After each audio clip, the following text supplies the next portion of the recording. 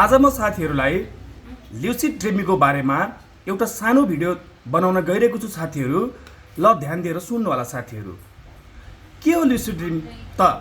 किन ल्युसिड ड्रिमिङ सामान्य सपनाभन्दा फरक हुन्छ त भन्ने विषयमा म आज एउटा सानो भिडियो बनाउन गइरहेको छु साथीहरू।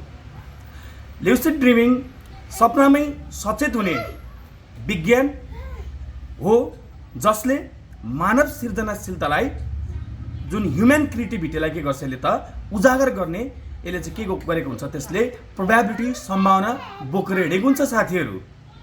जस्तो कल्पना गर्नु साथीहरू, तपाईँ सपना देखिरहनु भएको छ र अचानक तपाईँलाई थाहा हुन्छ कि वरिपरि देखिने मानिसहरू जुन तपाईँले सपना देखिरहनुहुन्छ त्यो सपना देख्दा तपाईँले वरिपरि मानिसहरू देख्नुहुन्छ, त्यहाँ तपाईँले विभिन्न स्थानहरू देख्नुहुन्छ र विभिन्न घटनाहरू चाहिँ वास्तविक होइनन् भन्ने तपाईँले थाहा पाउन सक्नुहुन्छ। बरु तपाईँकै मस्तिष्कले सिर्जना गरेका सपना हुन् भन्ने तपाईँ बुझ्न सक्नुहुन्छ। तपाईँ बुझ्नुहुन्न, बरु सपनामै सचेत रहँदै त्यस संसारको अन्वेषण गर्न थाल्नुहुन्छ। तपाईँ पहाडमाथि उड्न सक्नुहुन्छ, पर्खाल थिचोल्न सक्नुहुन्छ, पानीमुनि सास फेर्न सक्नुहुन्छ, टाढा टाढाका स्थानहरू घुम्न सक्नुहुन्छ वा आफ्ना गहिरा डरहरूको सामना गर्न सक्नुहुन्छ।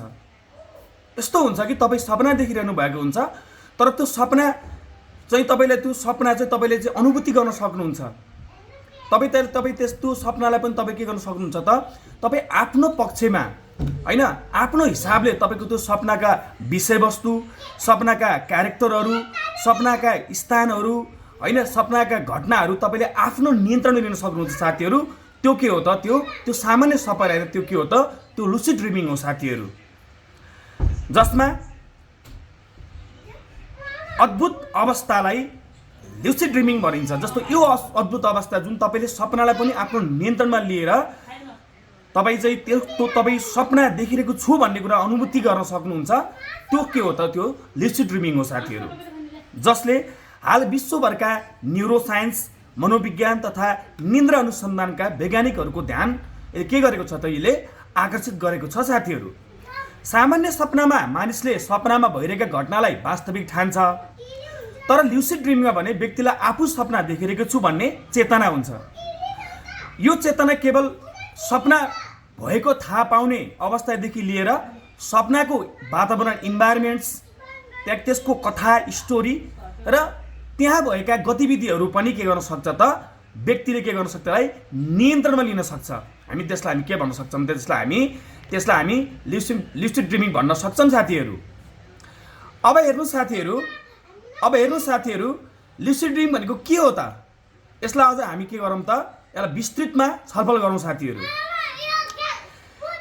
ल्युसिड ड्रिमिङ निन्द्राको क्रममा हुने वैज्ञानिक रूपमा मान्यता प्राप्त चेतनाको विशेष अवस्था हो, जसमा ल्युसिड या ल्युसिड भनेको यसको अर्थ के हुन्छ? स्पष्ट, सचेत वा जागरुक भन्ने हुन्छ। अर्थात् सपना देखिरहेको अवस्थामा आफू सपना देखिरहेको छु भन्ने स्पष्ट चेतना हुनु नै के हो त? ल्युसिड ड्रिमिङ हो साथीहरू। सामान्य सपनामा मस्तिष्कले अत्यन्त जीवन्त अनुभव सिर्जना गर्छ। जस्तो सामान्य सपनामा हामीले जुन देखिरहेका हुन्छौँ त्यसलाई एकदम जीवन्त, लाइभ, एकदमै त्यसलाई हामी रियल, वास्तविक हामीले त्यसलाई के गर्छौँ त? अनुभूति गर्छौँ। हामी अनुभूति गर्छौँ भने के छ त? गर्छौँ, तर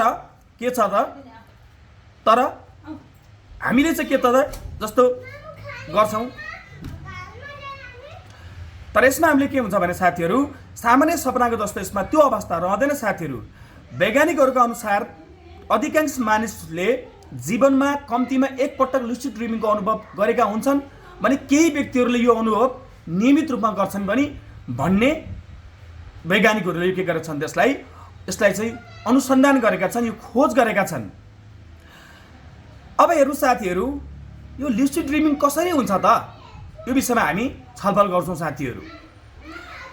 अधिकांश सपना आरइएम, ऱ्यापिड आई मुभमेन्ट, निन्द्राको चरणमा देखिन्छ। जस्तो सामान्य सपनाहरू चाहिँ हामीले कसरी देख्छौँ त? सामान्य सपनामा के हुन्छ त? हाम्रो rapid I movement, REM active हुन्छ। यो यस्तो अवस्था हो, यो ऱ्यापिड आई मुभमेन्ट यस्तो अवस्था हो जहाँ मस्तिष्क अत्यन्त सक्रिय हुन्छ तर शरीर लगभग स्थिर हुन्छ।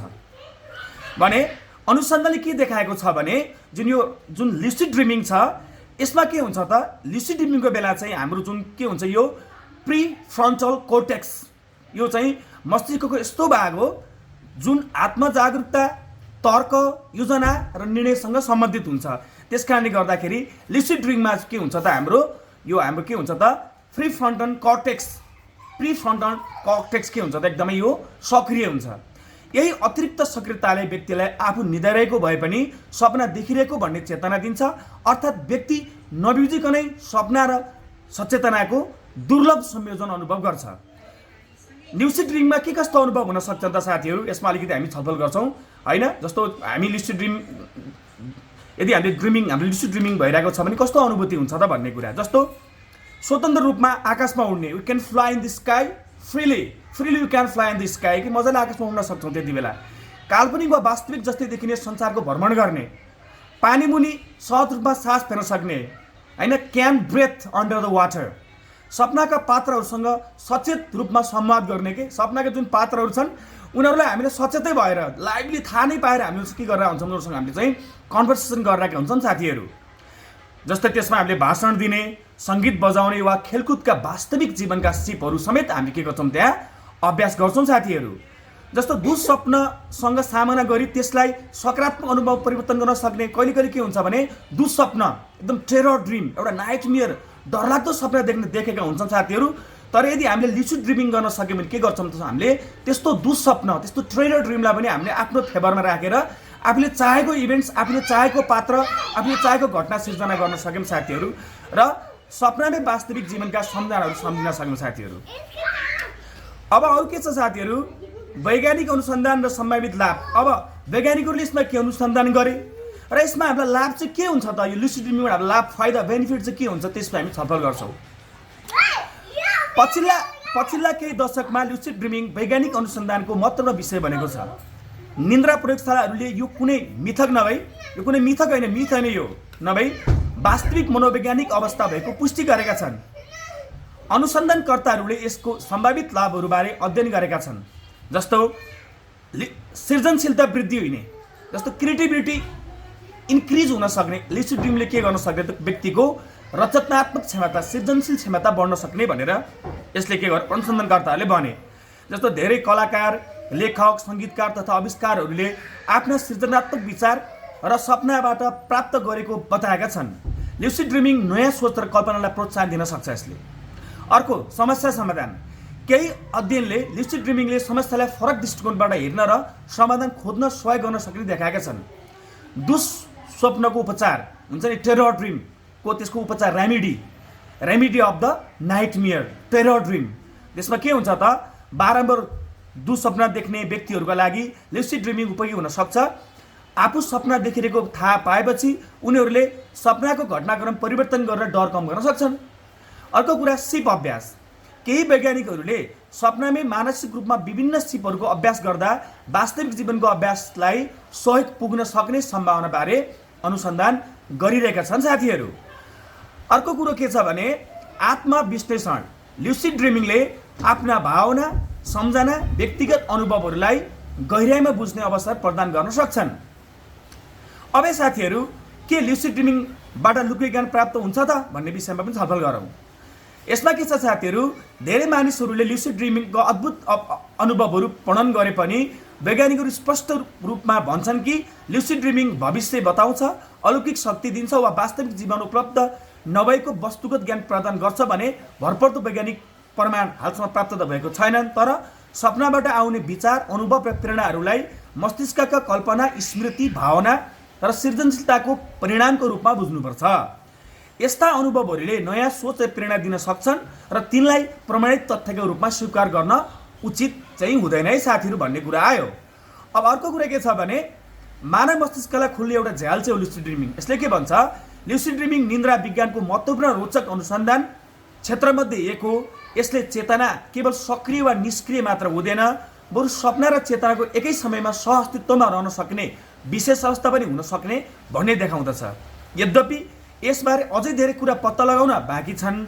ल्युसिड ड्रिमिङले निन्द्रा, चेतना, कल्पना शक्ति र मानव मस्तिष्क बीचको सम्बन्ध बुझ्न वैज्ञानिकहरूलाई असाधारण अवसर प्रदान गरेको छ। त्यसैले के त साथीहरू, ल्युसिड ड्रिमिङ कुनै जादु होइन, यो सपनामै रहँदा पनि आफ्नो चेतनाप्रति जागरुक हुन सक्ने मानव मस्तिष्कको अद्भुत क्षमता हो। धन्यवाद साथीहरू।